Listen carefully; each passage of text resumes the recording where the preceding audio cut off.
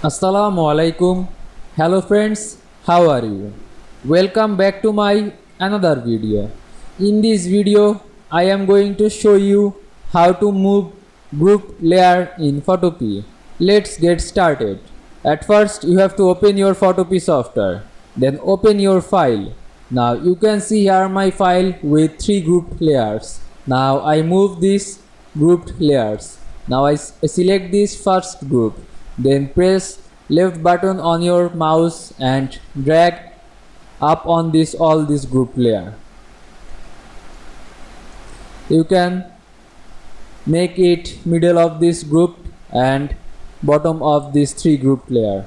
Now you can change this group layer ratio.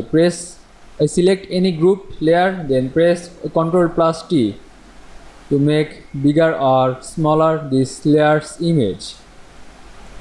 Now you can see I move grouped layer in photopea very easily. I hope you enjoyed my video. Please like, comment, share and subscribe my channel. Thanks for watching.